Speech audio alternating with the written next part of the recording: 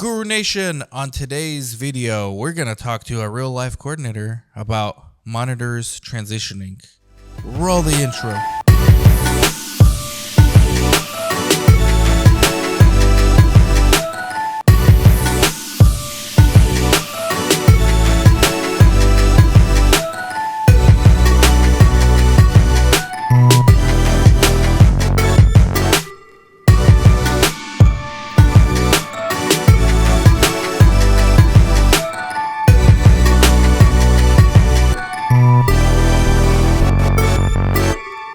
I'm here, two coordinators, one mic.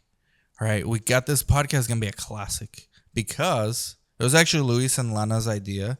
Lana stepped out, but Luis Ruiz, one of our CRCs, we were just messing around with ChatGPT.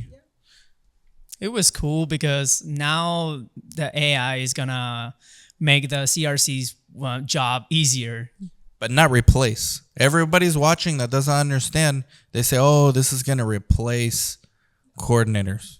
No, it's not going to replace it. It's too early for the AI to take over it. Yeah. Or monitors. Yeah.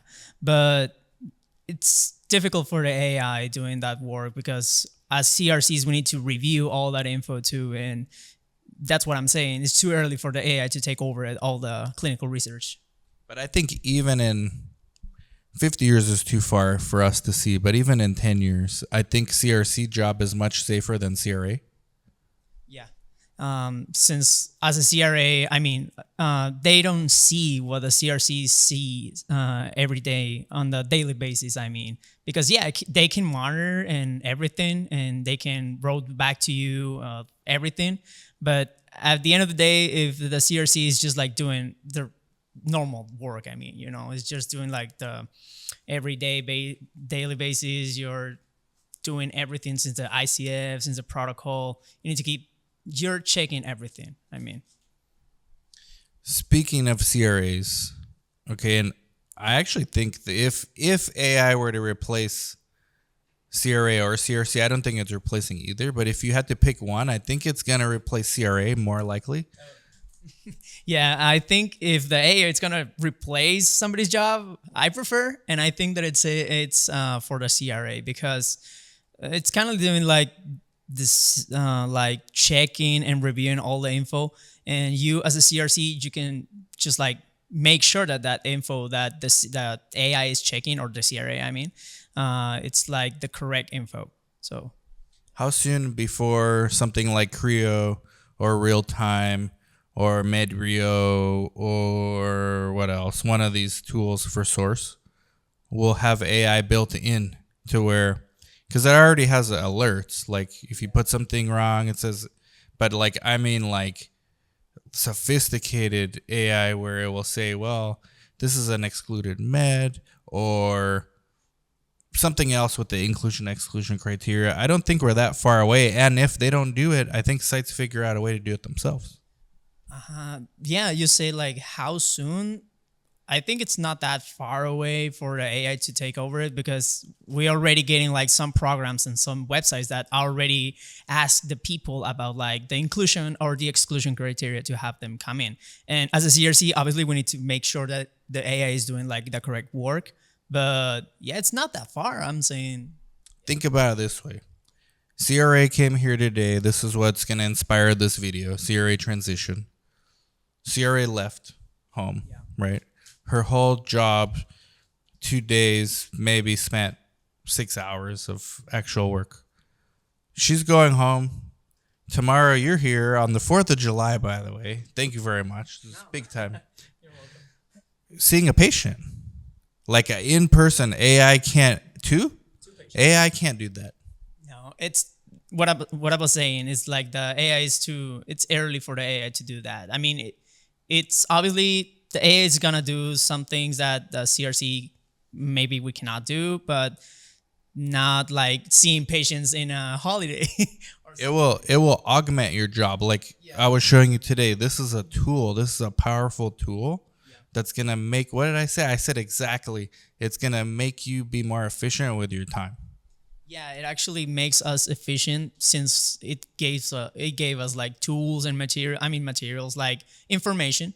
Um, and as I say, it's making our job easier but not replaceable because at the end of the day, yeah, we got those tools, but we're looking at the patient and we're having like the approach with them. And we still have to quality assure. And remember, it did it initially. We had it make some source, and we did it. It did it without the footnotes. And then I said, do it with the footnotes, and it added like more pages. I mean, yeah, thank God for that because it's like not difficult. I mean, I already got used to it because I check like the protocol every day. But yeah, for a new CRC, for new stuff, it will be like a lot of overwhelming like tasks. So with the AI at the beginning will be nice for them. It will be like an introductory phase, and then they can like be like easier for them later on the job. Would you ever be a CRA? Yeah, I'm willing to be a CRA later on. Right now I'm just gaining like experience as a CRC, but yeah, I'm definitely wanted to be. Travel everywhere. Yeah, I would like to travel, or not even travel remotely too. Yeah. All right, CRA transitions. For those waiting, this is the inspiration. So the monitor who came today is our new monitor for an existing study. Took over from a previous CRA who was really good actually, but never came in person. All her visits were remote. This one prefers all her visits to be in person. It just shows you the sponsors giving the monitors freedom to choose how they want to monitor. These are like very experienced CRAs, so they're both very good. What is it like? Maybe I'll pass the mic to you for a little bit. Talk about the what it's like as a coordinator when you have a transition of a monitor. Okay, so since I got here, I already passed for that situation twice. This will be like my second one. The first one was with the study that we were trying to apply for. So basically, I was reaching the CRA to get like everything to be with the site initiation visit. But out of the sudden, the CRA stopped like replying to me, and I was like worried about because we were getting to the date, and 2 weeks later, I received like a new message for a new CRA, like getting to me like, "Hey, Luis, I'm the new CRA for this study, and I'm just wanted for you to forward me all the emails that you sent to the previous CRA." And I was like, "Okay, Wait, so they asked you to yeah, to resend basically like all the documents, all the emails that I was sending to the first CRA for that study, and I did." and what was the purpose though? Because the new CRA didn't got like the documents. That would have been good for them to put through AI and get a summary of. Yeah, that would be a new a perfect task for the AI. Yeah. New application for it. So, what is it like as a coordinator? Because sponsors, they try to keep the same CRA, but CRA's turnover is crazy. And when the studies get less hectic, they usually send the CRA somewhere else. Or if the site, not to brag, but she said we're one of the better sites. So we didn't need maybe like the former CRA to continue with us. Maybe they sent her to other sites that were like more problematic. What is it like as a coordinator to have to work under this kind of environment? Because you get into a certain groove with one CRA, and then all of a sudden another one comes in and maybe they ask you to do things differently. Or what has that been like for you? Not just for you, but since you're the only one here, for the rest of the team too, like from what you heard. For me, I mean, hearing from my team, and I mean, I was with the CRAs too. It's not that. Thank God we don't have like that problem often. Okay, so thank God for our CRAs. But yeah, I have been hearing that some CRAs can be like they don't do like his part of the job. I don't want to sound like selfish or something, like I don't want to sound like that.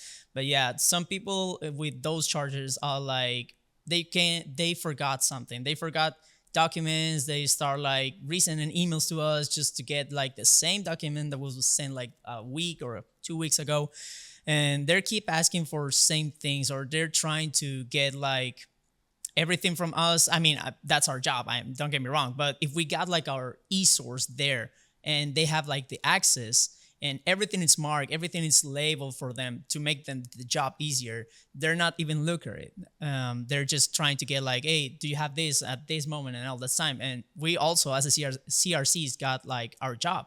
We're seeing the patients, and I think that's a problem that they don't like have it that in mind. And I know because they're like doing all the QA, the quality, they're monitoring all the documents and all the source data.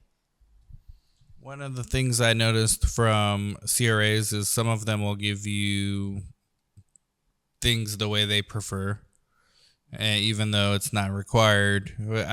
I'm not a coordinator here at YCT anymore, unless I have to be, but I'm not. Like I don't even know who the patients are anymore. But in the past, when I was coordinating, I remember monitors would tell me like, no, you have to do it this way. And I would try to, not to be argumentative, but push back and say, well, why? Because our SOP says this, and then the protocol doesn't say that's the way we have to do it. And as long as you can rationalize it and justify it, I guess, they kind of let you do it, but it falls down to your SOP. But you also don't want to be confrontational with your CRA, so it's like a fine balance. Yeah, you need to find the balance with your CRA at the end of the day. It's just like, I'm not trying to say like being aggressive and saying that I'm not doing like the job that they're asking me to do. But no, it's just at the end of the day, if you're like talking with your CRA, obviously you're going to get the job done. Now we have your review coming up too. Like what, 9 months? Yeah, 9 months. No, 6 months. When did you start? December 4th will be my. So tomorrow will be your 7-month anniversary. Oh, okay. Yeah, like 9 months. Oh my god. Congrats. Well, we have a review. We have your review coming up. So you were saying possibly CRA is in the future because you do have a bachelor's degree.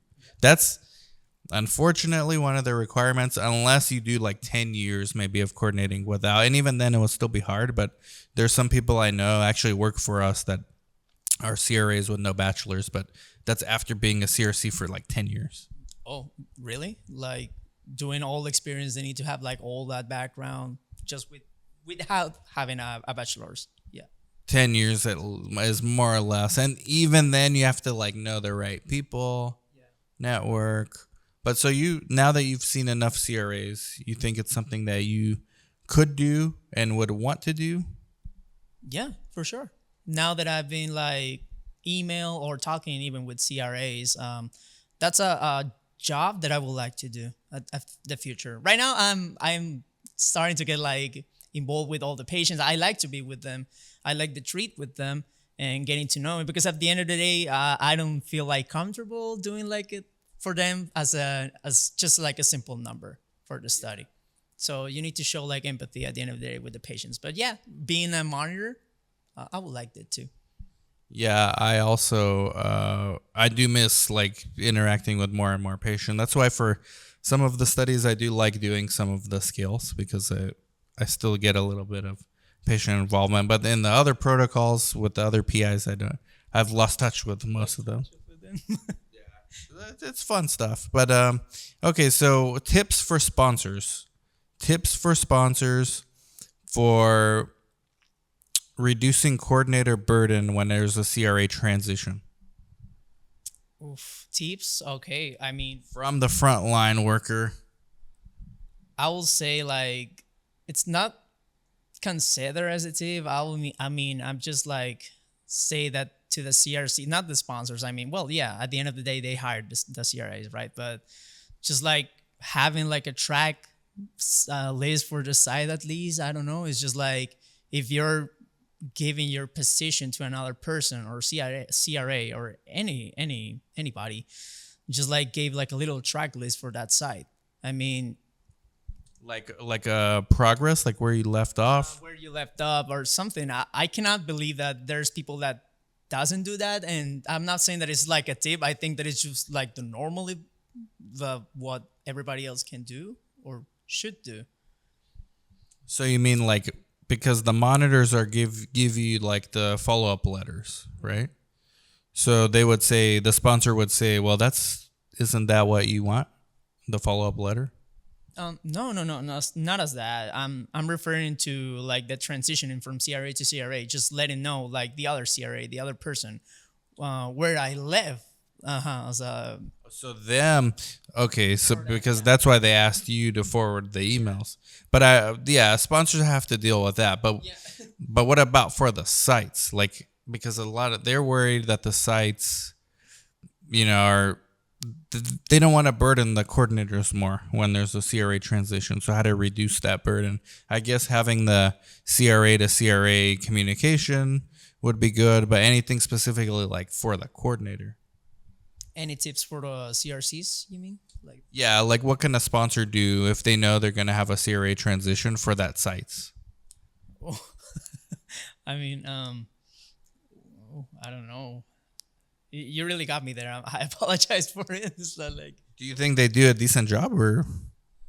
Well, if they, I don't want to say nothing. But They gotta have something. They want to watch. They're watching right now from sponsors.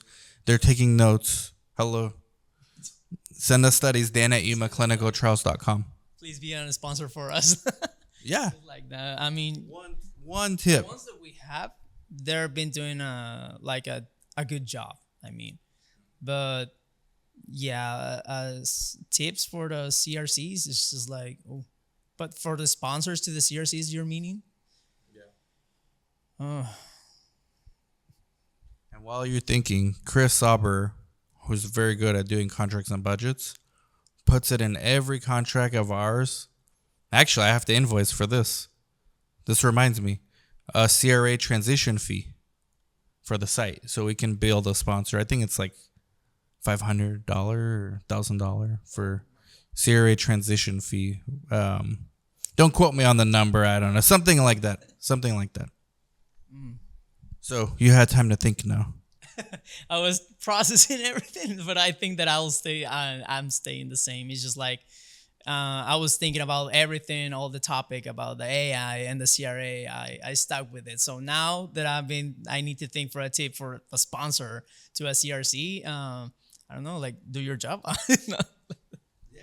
Do your job. Like put some gain on it. I don't know. It would be helpful to know who your new CRA is, maybe in a timely manner, because sometimes they transition like pretty abruptly. So it'd be nicer to have like beforehand, like some. I mean, okay, yeah, like knowing who will be your CRA with a lot of, not a lot of time. I mean, with some of time. I mean, I'm just saying like a couple of days will be nice, just to know who will be your CRA, about where you're doing. I mean, what you're doing at the moment. I don't know. It's just like getting to the CRA, letting know like what documents have you been sent to the previous one, or I don't know, get to know the CRA that's sponsor. Yeah, it's tough when you have to think about it from the sponsor's perspective, and they deal with a lot of stuff. But the shout out to the sponsors; they actually do care about the sites. So I think it's good podcast, Luis. Like future CRA right here, possibly. If you still want to do it. Yeah. They work hard, man. The CRAs work hard. But any last words here? Like, comment, share, and subscribe. That's almost right. Like, subscribe, comment, share. Okay. In that order, I prefer. Okay, you prefer that order. I prefer in that order, yeah. But thank you, Luis. And then your LinkedIn? Or you want to get all the Luis? Instagram, maybe. Yeah, it's just like, well, it's my middle name. I'll put the Instagram underneath. LinkedIn's boring. Let's go Instagram. Like, subscribe, comment, share. Go follow Luis right now. Bye-bye. Hey, if you guys like that kind of content, make sure you like, subscribe, comment, share. Stay tuned for more videos.